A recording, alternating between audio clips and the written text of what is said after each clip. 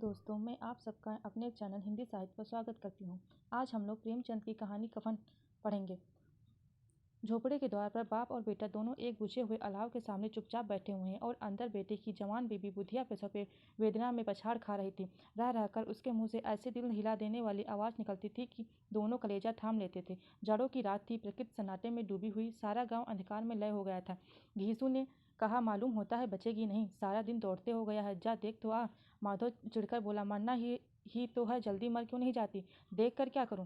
तू बड़ा बेदर्द है बे, साल भर जिसके साथ सुख चैन से रहा उसी के साथ इतनी बेवफाई। तो मुझसे तो इतना तड़पना और हाथ पाँव पटकना नहीं देखा जाता। चमारों का कुनबा था और सारे गांव में बदनाम। घीसू एक दिन काम करता तो 3 दिन आराम करता।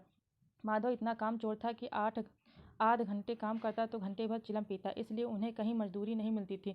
घर में मुट्ठी भर भी अनाज मौजूद हो तो उसके लिए काम करने की कसम थी। जब 2-4 फाके हो जाते तो घीसू पेड़ पर चढ़कर लकड़ियाँ तोड़ लाता और माधव बाजार से बेच लाता और जब तक वह पैसे रहते दोनों इधर उधर मारे मारे फिरते। गांव में काम की कमी न थी, किसानों का गांव था, मेहनती आदमी के लिए 50 काम थे, मगर इन दोनों को उसी वक्त बुलाते जब 2 आदमियों से एक का काम पाकर भी संतोष कर लेने के सिवा और कोई चारा न होता। अगर दोनों साधु होते तो उन्हें संतोष और धैर्य के लिए संयम और नियम की बिल्कुल जरूरत न होती। यह तो उनकी प्रकृति थी। विचित्र जीवन था इनका। घर में मिट्टी के 2-4 बर्तन के सिवा कोई संपत्ति नहीं।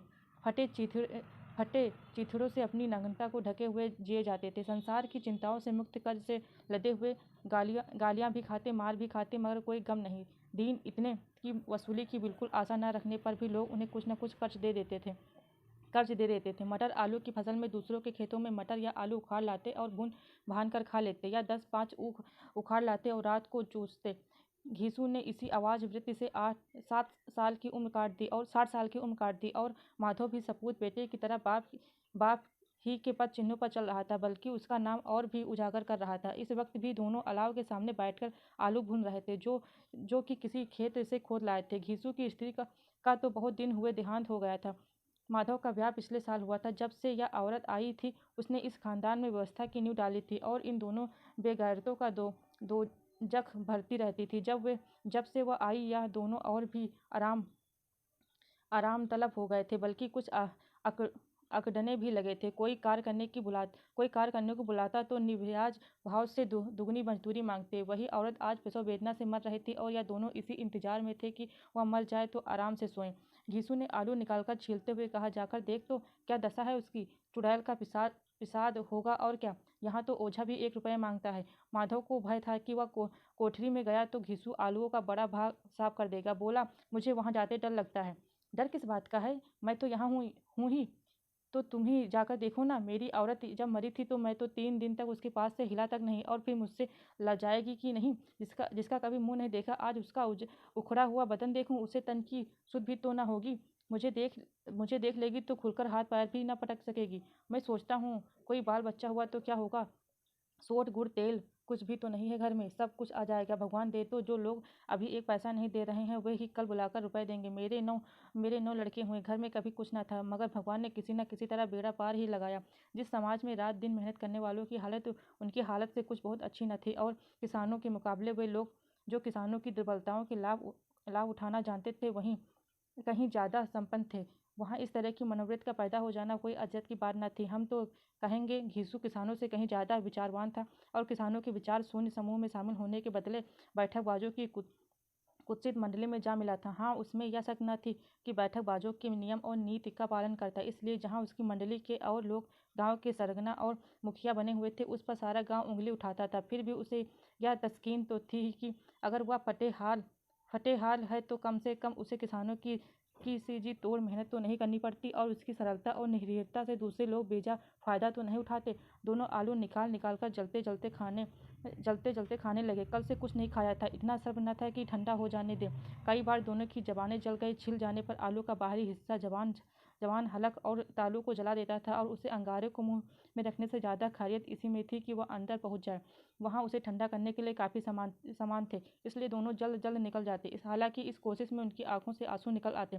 घीसू को उस वक्त ठाकुर की बारात याद आई, जिसमें 20 साल पहले वह गया था। उस दावत में जो उसे तृप्ति मिली थी वह उसके जीवन में एक याद रखने लायक बात थी। आज भी उसकी याद ताजी थी। बोला हुआ भोज नहीं भूलता।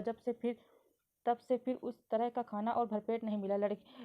लड़की वालों ने सबको भरपेट पूरियाँ खिलाई थी। सबको, छोटे बड़े, सबने पूरियाँ खाई और असली घी की चटनी, रायता, 3 तरह के सूखे साग, एक रसेदार तरकारी, दही, चटनी, मिठाई। अब क्या बताऊं कि उस भोज में क्या स्वाद मिला।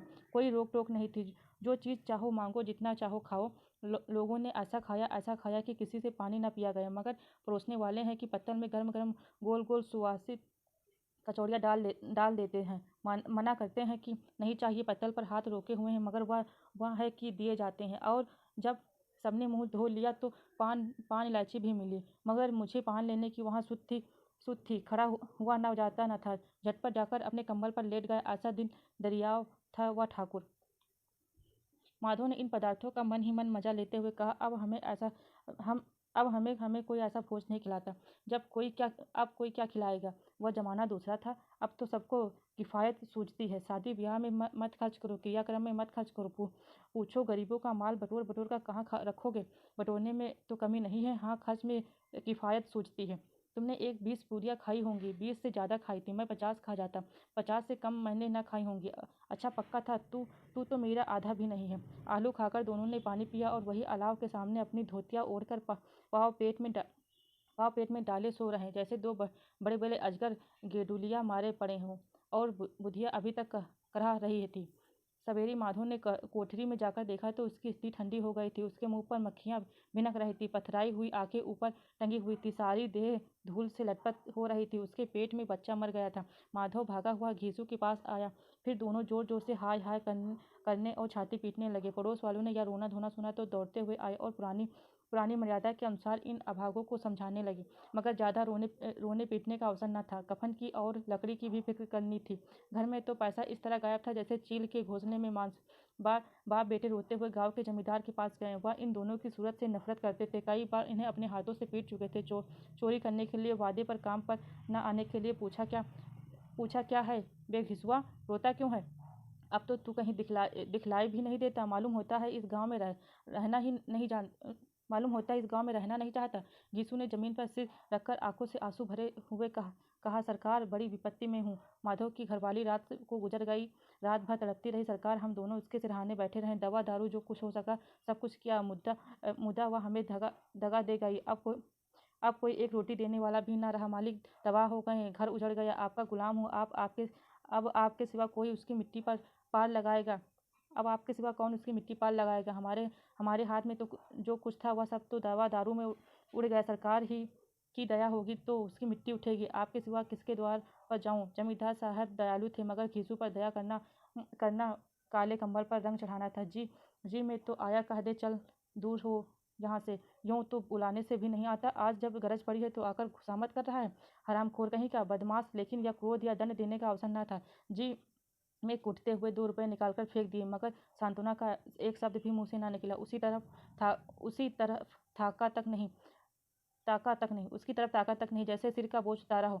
जब जमींदार साहब ने 2 रुपए दिए तो गांव के बनिए महाजनों को इनकार सा साहब कैसे होता। घीसू जमींदार के नाम का ढिंढोरा भी पीटना जानता था। किसी ने 2 आने दिए, किसी ने 4 आने। 1 घंटे में घीसू के पास 5 रुपए की अच्छी रकम जमा हो गई। कहीं से अनाज मिल गया, कहीं से लकड़ी। और दोपहर को घीसू और माधव बाजार से कफन लाने चले। इधर लोग बांस काटने लगे। गाँव की नर्मदिल स्त्रियाँ आकर लाश देखती थी और उसकी बेकसी पर 2 बूंद आंसू गिराकर चली जाती थी। बाजार में पहुंचकर घीसू बोला, लकड़ी तो उसे जलाने भर को मिल गई है क्यों माधव।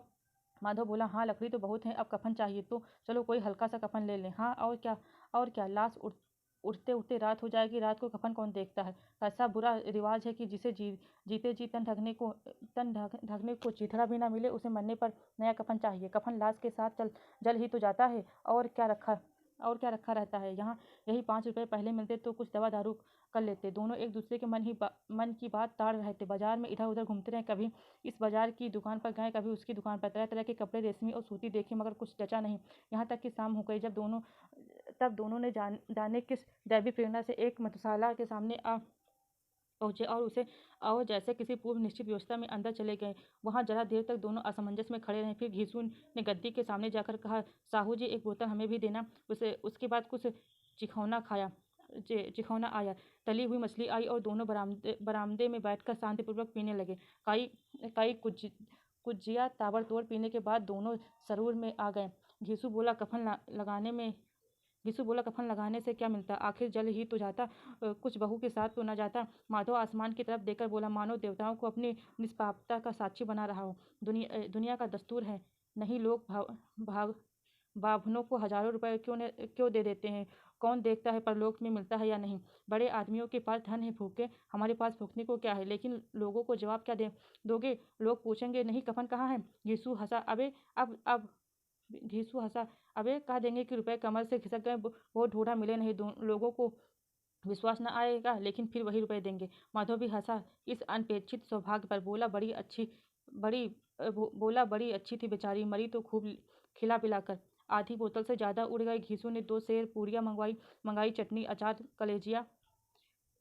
शराब खाने के सामने ही दुकान थी। माधव लपक कर 2 पत्तलों में सारे सामान ले आया। पूरा 1.5 रुपया खर्च हो गया। सिर्फ थोड़े से पैसे बच रहे थे। दोनों इस वक्त इस स्थान में बैठे पूरियां खा रहे थे जैसे जंगल में कोई शेर अपना शिकार उड़ा रहा हो। न जवाबदेही का खौफ था, न बदनामी की फिक्र। इन सब भावनाओं को उन्होंने बहुत पहले ही जीत लिया था। घीसू दार्शनिक भाव से बोला, हमारी आत्मा प्रसन्न हो रही है तो क्या उसे पुण्य न होगा। माधव ने श्रद्धा से सिर झुकाकर तस्दीद की, जरूर से जरूर होगा। भगवान तुम अंतर्यामी हो, उसे वैकुंठ ले जाना। हम दोनों हृदय से आशीर्वाद दे रहे हैं। आज जो भोजन मिला वह कभी उम्र भर न मिला था। एक क्षण के बाद माधव के मन में एक शंका जागी। बोला, क्यों दादा, हम लोग भी एक ना एक दिन वहां जाएंगे ही। घीसू ने इस भोले भाले सवाल का कुछ उत्तर न दिया। वह परलोक की बातें सोचकर इस आनंद में बाधा न डालना चाहता था। जो वहां हम लोगों से पूछे कि तुमने हमें कफन क्यों नहीं दिया तो क्या कहेंगे तुम्हारा सिर। पूछेगी तो जरूर, तू कैसे जानता है कि उसे कफन न मिलेगा। तू मुझे ऐसा गधा समझता है। 60 साल क्या दुनिया में घास खोदता रहा हूँ, उसको कफन मिलेगा और बहुत अच्छा मिलेगा। माधव को विश्वास न आया। बोला कौन देगा। रुपए तो तुमने चट कर दिए। वह तो मुझसे पूछेगी, उसकी मांग में तो सिंदूर मैंने डाला था। कौन देगा, बताते क्यों नहीं। वही लोग देंगे जिन्होंने अब की दिया है। अब की रुपए हमारे हाथ ना आएंगे। जो अंधेरा बढ़ता था और सितारों की चमक तेज होती थी, मधुशाला की रौनक भी बढ़ती जाती थी। कोई गाता था, कोई डींग मारता था, कोई अपने संगी के गले लिपटा जाता था, कोई अपने दोस्त के मुंह से कुल्हड़ लगा देता था। वहाँ के वातावरण की जरूर था। हवा में नशा। कितने तो यहाँ आकर एक चुल्लू में मस्त हो जाते थे। शराब से ज्यादा यहाँ की हवा उन पर नशा करती थी। जीवन की बाधाएं यहाँ खींच लाती थी और कुछ देर के लिए यह भूल जाते थे कि वे जीते हैं या मरते हैं, या ना जीते हैं ना मरते हैं। और यह दोनों बाप बेटे अब भी मजे लेकर चुस्की ले रहे थे। सबकी निगाहें इनकी ओर जमी हुई थी। दोनों कितने भाग के भली हैं। पूरी बोतल बीच में है। भरपेट खाकर माधव ने बची हुई पूरियों का पत्तल उठाकर एक भिखारी को दे दिया, जो खड़ा उनकी ओर भूखी आंखों से देख रहा था और देने के गौरव, आनंद और उल्लास का अपने जीवन में पहली बार अनुभव किया। घीसू ने कहा, ले जा, खूब खा और आशीर्वाद दे। जिसकी कमाई है वह तो मर गई, मगर तेरा आशीर्वाद उसे जरूर पहुंचेगा। रोए रोए से आशीर्वाद दो, बड़ी गाढ़ी कमाई के पैसे हैं। माधव ने फिर आसमान की तरफ देखकर कहा, वह बैकुंठ में जाएगी दादा, बैकुंठ की रानी बनेगी। घीसू खड़ा हो गया और जैसे उल्लास की लहरों में तैरता हुआ बोला, हाँ बेटा, बैकुंठ में जाएगी। किसी को सताया नहीं, किसी को दबाया नहीं, मरते मरते हमारी जिंदगी की सबसे बड़ी लालसा पूरी कर गई। वह ना बैकुंठ जाएगी तो क्या ये मोटे मोटे लोग जाएंगे, जो गरीबों को दोनों हाथों से लूटते हैं और अपने पाप को धोने के लिए गंगा में नहाते हैं और मंदिरों में जल चढ़ाते हैं। श्रद्धालुता का यह रंग तुरंत ही बदल गया। अस्थिरता नशे की खासियत है।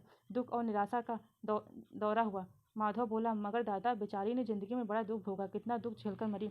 वह आंखों पर हाथ रखकर रोने लगा, चीखें मार मार कर। घीसू ने समझाया, क्यों रोता है बेटा, खुश हो कि वह माया जाल से मुक्त हो गई, जंजाल से छूट गई। बड़ी भाग्यवान थी जो इतनी जल्द माया मोह से बंधन तोड़ दिए। और दोनों खड़े होकर गाने लगे, डगनी क्यों नैना चमकावे डगनी,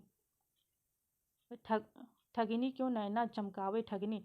पियक्कड़ों की आंखें इनकी ओर लगी हुई थी और यह दोनों अपने दिल में मस्त गाने जाते थे। और फिर दोनों नाचने लगे, उछले भी, कूदे भी, गिरे भी, मटके भी, भाव भी बताएं, अभिनय भी किए और आखिर नशे में मदमस्त होकर वहीं गिर पड़े।